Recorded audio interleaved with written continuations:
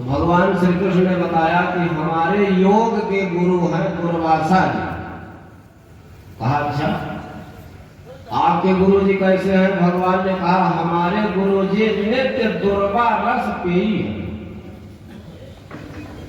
बड़ी अद्भुत बात, केवल दुर्वा का रस पीते हैं आपके गुरु जी? बोले हाँ।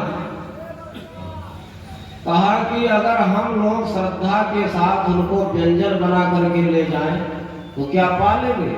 भगवान ने कहा कि हाँ यदि श्रद्धा होगी तो पा लेंगे।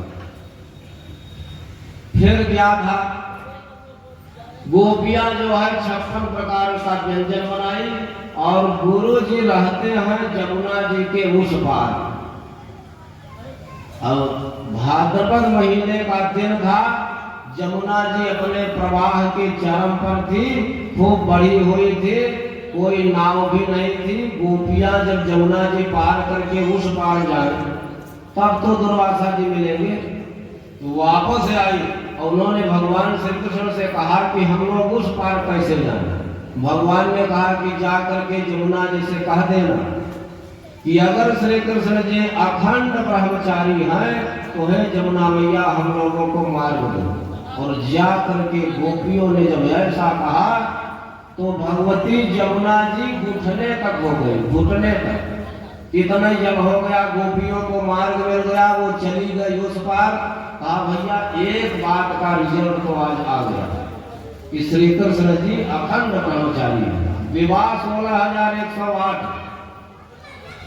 और जब उस पार गए दुर्वासा जी गुरु जी को देखा, कहा चलो गुरु जी को ही देख लिया। और 56 प्रकार के थाल का व्यंजन श्रद्धा संबल से जब दिया, गुरु जी पूरी थाल की थाल डकार गए। और जब डकार गए तो गोपियों ने कहा कि श्री कृष्ण जी ने तो कहा था कि हमारे गुरु जी केवल दुर्वा का रसपान करते हैं, और गुरु जी तो पूरी थाल सहित डकार गए, क्या मामला है?